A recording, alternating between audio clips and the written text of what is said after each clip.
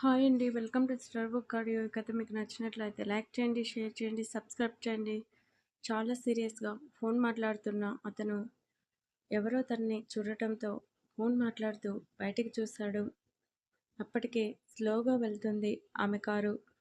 సీరియస్‌గా మాట్లాడుతున్న మాటలు ఆపి తన్నే చూస్తున్న మహిని చూశాడు. సారీ, క్షమించు అంటూ చిన్నగా రెండు చెవులు పట్టుకుని బాయ్ అంటూ చేయి ఊపింది. వెళ్తున్న ఆమె కారుని చూస్తుండిపోయాడు యశ్వంత్. కాసేపటికి కారు వేగంగా పోనిచ్చి ఒక ప్లేస్లో కారు ఆపాడు యశ్వంత్. ఆ ప్లేస్ అంతా పూల మొక్కలతో నిండి ఉంది. సుమారు ఒక 5 ఎకరాల ఖాళీ స్థలం. స్థలమంతా రంగురంగుల పూలతో ఎంతో అందంగా ఉంది. ఆ పూల తోటలో మధ్యలో ఒక సమాధి. అతని అడుగులు ఆ సమాధి వైపుకి వెళ్ళాయి. అది సమాధి కాదు, యశ్వంత్ దృష్టిలో ప్రాణమనే చెప్పాలి. సమాధి దగ్గరకు కూర్చొని ఎలా ఉన్నావమ్మా, బాగున్నావా అని చిన్నగా నవ్వి సమాధిపై పడుకుని కళ్ళు మూసుకున్నాడు యశ్వంత్. అది వాళ్ళ అమ్మ సమాధి. ప్రతిరోజు సమాధి దగ్గరికి రావటం, వాళ్ళ అమ్మతో కాసేపు మాట్లాడి వెళ్ళటం. చాలాసేపు సమాధి వైపు పడుకొని పైకి లేచాడు యశ్వంత్. రోజు రోజుకి నాన్న ఆరోగ్యం అసలు బాగుండటం లేదమ్మా. ఎన్నిసార్లు చెప్పినా ఆయన నా మాట వినటం లేదు. టైంకి మందులు వేసుకోవటం లేదు. ఇలా అయితే ఎలా అమ్మా? బంధువులందరూ మనల్ని మోసం చేశారు. మన ఆస్తి అంతా తీసుకొని నాన్నని నిన్ను నన్ను నడి రోడ్డు మీదకి నెట్టారు. నాన్న పరిస్థితి చూడలేక నువ్వు ఎంతగా బాధపడ్డావంటే నాకు ఇప్పటికీ గుర్తమ్మా.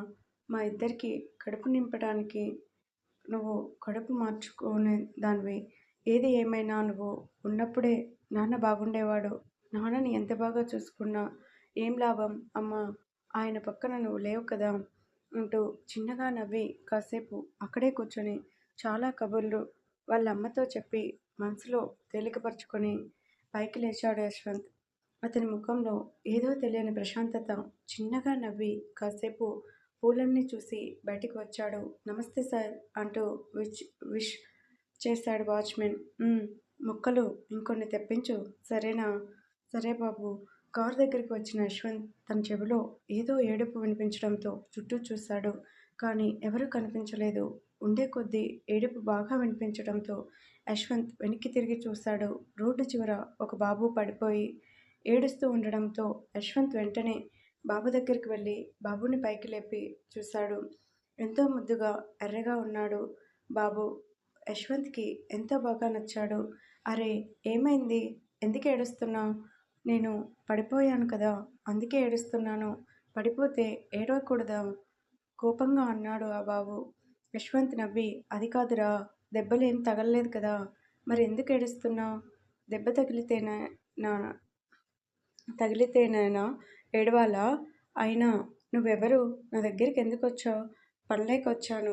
అయితే వెళ్ళి పని చేసుకో కోపంగా అన్నాడు ఆ బాబు. పిల్లాడి మాటలకి యశ్వంత్కి నవ్వు వస్తున్నా ఆపుకొని, ఏంటి కోపంగా ఉన్నావు? మరి ఎవరు మీరు? పడిపోతే అరే రే దెబ్బలు తగిలాయా లేదా అని చూడాలి కానీ ఎందుకు ఏడుస్తున్నావు అని ఎవరైనా అడుగుతారా? నా వీపు చూడు, మంట పుడుతుంది అని వెనక్కి తిరిగాడు. యశ్వంత్ కంగారుగా షర్టు విప్పి బాబు వీపంతా చూశాడు. అక్కడక్కడ ఎర్రగా కందిపోయి చిన్నగా గిరుకుపోవటం. యశ్వంత్ బాధగా, అరే ఏంట్రా, ఎక్కడ పడ్డావు? బాబు ఏడుస్తూ, మా టీచర్ గారు మమ్మల్ని జూ పార్కుకి తీసుకొని వచ్చారు అంటూ పక్కనే ఉన్న జూ పార్కు చూపించి, కానీ నేను మాత్రం ఈ తోటలో ఉన్న పూలు కోద్దామని వచ్చాను. కానీ నేను వచ్చేసరికి ఎవ్వరూ లేరు. పార్కులో ఎవ్వరూ లేరు. అందరూ తప్పిపోయారు అని బాబు ఏడుస్తూ చెప్తుంటే, రే, తప్పిపోయింది వాళ్ళు కాదురా, ముందు నువ్వు నాతో పాటు రా అని బాబునెత్తుకొని కారులో కూర్చోబెట్టి వీపుకి ఆయింట్మెంట్ రాసి కారులో ఉన్న ఏసీ పెంచి వాటర్ బాటిల్ తీసుకొని వాడి ముఖం చిన్నగా కడిగి వాటర్ పట్టించి, ఇప్పుడు చెప్పు, ఎక్కడికి వెళ్ళాలి నువ్వు? ఆశ్రమానికి. ఏంటి? అవును. మీ అమ్మా నాన్న నాకెవ్వరూ లేరు అని సూటిగా చెప్పాడు బాబు. బాబు మాటలకి యశ్వంత్ మనసు చివుక్కుమంది. సారీరా, నీ పేరేంటి? చిన్ను. అందరూ నన్ను అలానే పిలుస్తారు. బాగుంది. మీ ఆశ్రమం ఎక్కడో తెలుసా? యశ్వంత్ మాటలకి వాడు అలానే చూశాడు భయంగా. యశ్వంత్‌కి అర్థమైంది వాడికి ఆశ్రమం తెలీదని. సరే, నిన్ను మా ఇంటికి తీసుకొని వెళ్తాను. సాయంత్రం ఆశ్రమానికి నేను తీసుకొని వెళ్తాను. సరేనా? యశ్వంత్ అలా అనేసరికి బాబు చిట్టి బుర్రలో ఆలోచన వచ్చేసింది. ఏంట్రా? ఏం మాట్లాడకుండా అలా చూస్తున్నావు? మరి నువ్వు నన్ను ఏం చేయవుగా? అంటే చాలామంది ఇలానే ప్రేమగా మాట్లాడి పిల్లల్ని కిడ్నాప్ చేస్తానన్నారు కదా! రోజూ నేను టీవీలో చూస్తాను. అందుకే భయం వేసి అడిగాను. వాడి మాటలకి నవ్వుకొని, నీకు మాటలు గలగలా వస్తున్నాయి కానీ ఇంత అమాయకుడివేంట్రా అంటూ ప్రేమగా వాడిని దగ్గరకు తీసుకొని, రేయ్! నువ్వు నాకు బాగా నచ్చావు. చాలా అందంగా ముద్దుగా ఉన్నావు. ఆశ్రమం వాళ్ళతో మాట్లాడి నిన్ను నేను దత్తత తీసుకుంటాను. అంటే త్వరగా చెప్తాను. తర్వాత చెప్తాను. ముందు నువ్వు బాగా కూర్చో. ఆ! అలానే షర్టు విప్పేయరా మంట పుడుతుంది కదా! బాబోయ్! నాకు సిగ్గు అంటూ వాడు నవ్వుతుంటే యశ్వంత్‌కి అస్సలు నవ్వు ఆగలేదు. రేయ్! ఏంట్రా సిగ్గు అని బాబు షర్ట్ విప్పి తన ఒడిలో బాబుని కూర్చోబెట్టుకొని కార్ స్టార్ట్ చేశాడు యశ్వంత్. రూమ్‌కి వచ్చిన మహి ఫ్రెష్ అయ్యి శశికి ఫోన్ చేసింది. హలో చెప్పు మహి. ఆ! బావ రూమ్‌కి వచ్చేసాను. భోజనం చేశావా? ఇప్పుడే చేశాను. నువ్వు చేశావా? లేదు బావ. రెస్టారెంట్‌లో తిన్నాను కదా! ఆకల్లేదు. వాయిస్ ఏంటి డల్‌గా వస్తుంది? ఏం లేదు మహి. ఏం లేదు మహి. బిజినెస్ స్టార్ట్ చేయటం అంటే మాటలు కాదు కదా! ఆఫీస్ కోసమే టెన్షన్ అంతా. నువ్వేం కంగారు పడకు అంటూ ఒక్కసారిగా మహి తల అంత బరువుగా అనిపించటంతో తల పట్టుకొని బెడ్ మీద కూర్చుంది. మహి చెప్పు బావా ఏమైంది? తలనొప్పిగా ఉంది బావా. మహి తలనొప్పి అనగానే శశి కంగారుగా టాబ్లెట్ వేసుకో ముందు. బావా మళ్ళీ చేస్తాను. సరే టాబ్లెట్ వేసుకొని పడుకో రెస్ట్ తీసుకో అంటూ ఫోన్ కట్ చేశాడు. శశి మహి శశి మహి తలంతా పట్టుకొని దేవుడా! ఏంటి ఇంత భయంకరమైన తలనొప్పి అనుకుని టాబ్లెట్ వేసుకొని వాటర్ తాగి బయటకు వచ్చింది. ఎదురుగా ఉన్న ఇల్లు చూసింది. పెంకుటిల్లు చూడటానికి చాలా అందంగా ఉంది. పైగా అక్కడున్న గేదెలు, ఆవులు, కుందేళ్ళు, రకరకాల పూల మొక్కలు చూడటానికి ఇల్లు చిన్నదిగా అయినా ఎంతో అందంగా ఉంది. తలనొప్పి కూడా లెక్క చేయకుండా మహి పరుగున ఎదురింటికి వెళ్ళి పూల మొక్కలను చూస్తూ వావ్! ఎంత బాగుంది. ఈ ప్లేస్ ఎలా అయినా ఈ ఇంటి ఓనర్‌తో మాట్లాడి ఇక్కడే ఉండాలి అనుకుంది. ఎదురుగా ఒక కారు వచ్చి ఆగడంతో మహి ఆశ్చర్యంగా చూసింది. కార్ సౌండ్ విని బయటికి వచ్చిన సూరిబాబు అయ్యగారు వచ్చారా అనుకుని గబగబా పరుగులు తీశాడు. సూరిబాబు డ్రైవర్ని చూసి మీరు ఏంటి రవి ఇలా వచ్చారు? అయ్యగారు లోపల ఉన్నారా? లేదు సార్. నన్ను పంపించారు మీ దగ్గరికి. అవునా? చెప్పు రవి. ఊరు వెళ్తున్నాం కదా! పైగా అమ్మాయికి సంబంధం వచ్చింది అని చెప్పావు కదా! ఆ! అవును. సూరిబాబు చేతిలో డబ్బులు పెట్టి యశ్వంత్ గారు మీకు ఈ డబ్బులు ఇవ్వమని చెప్పారు. అంతేకాదు సంబంధం మంచిది.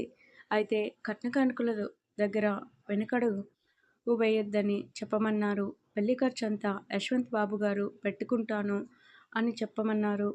సూరిబాబుకి కంట్లో తడి వచ్చినా తుడుచుకొని అలాగే రవి.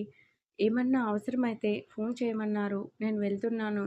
సరే అంటూ సూరిబాబు యశ్వంత్‌ని మనసులో తలుచుకొని ఎంతగానో ఉప్పొంగిపోయాడు. ఇదంతా చూసిన మహి ముందుకు వచ్చి, ఈ అయ్యగారు చాలా మంచివారిలా ఉన్నారే!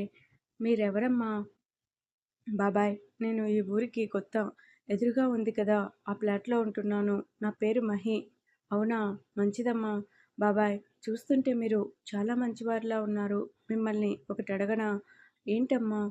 అది నేను ఈ ఇంట్లో రెంట్‌కి ఉండొచ్చా? అంటే ఈ ఇల్లు నాకు బాగా నచ్చింది. మా ఇల్లు ఇలానే ఉంటుంది.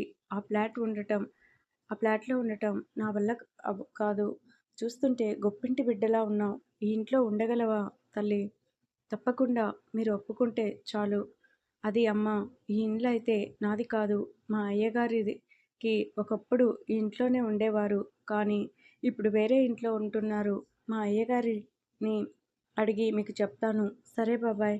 మహిని చూసి మీరు ఏం చదువుకున్నారమ్మా? డాక్టర్ చదివాను. ఏంటి? అవును సూరిబాబు. ఏ నా ముఖం చూస్తే అలా అనిపించటం లేదా? ఛ! అలా అని ఏం కాదు. మా మామూలుగానే అడిగాను. బాబాయ్ మీరు ఊరు వెళ్తున్నారా? అవును. మా 2 రోజుల వరకు రాను. కానీ ఒకటే బాధ. ఏంటి బాబాయ్? చాలా సేపటి నుంచి చూస్తున్నాను. మీరు డబ్బు తీసుకున్నారు. కానీ ఏదో ఆలోచిస్తున్నారు. ఏంటి విషయం? ఏం లేదు. మా ఈ 2 రోజులు ఇంట్లో అయ్యగారికి, చిన్నయ్య గారికి భోజనం కోసమే నా బెంగ. అంతా అలానే చిన్నబాబు గారికి బయట ఫుడ్ పడదు. ఇంట్లో వండితే తింటారు. ఇంకా పెద్దయ్య గారికి టైంకి మందులు వేసి ఫుడ్ పెట్టాలి. హోదానికి ఓహ్! దానికేమైంది? ఈ 2 రోజులు వేరే పని మనిషి పెడితే సరిపోతుంది కదా! లేదమ్మా! నేను బాగా అలవాటు అయిపోయాను.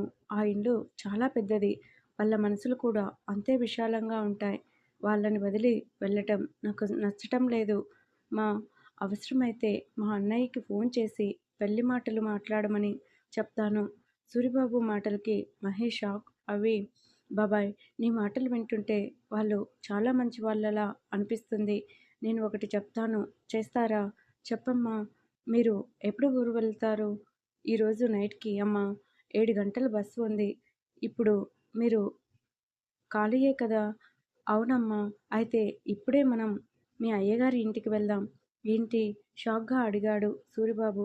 అవును బాబాయ్! ఈ 2 రోజులు మీ చిన్నయ్య గారికి, పెద్దయ్య గారికి నేను వంట చేస్తాను. అయ్ అయ్యో! అమ్మా! మీకెందుకు శ్రమ? పర్లేదు బాబాయ్! మీరు వాళ్ళ కోసం చెప్తుంటే ఎందుకో చూడాలని ఉంది. ఎలానో నా డ్యూటీ సోమవారం నుండి ఈరోజు, రేపు, ఎల్లుండి ఖాళీనే. అందుకే మీకు అభ్యంతరం లేకపోతే నేను వంట చేస్తాను. సరే అమ్మా! సరే బాబాయ్! పాలున్నాయా? ఉంటే చెప్పండి. కాఫీ పెడతాను. చాలా తలనొప్పిగా ఉంది బాబాయ్!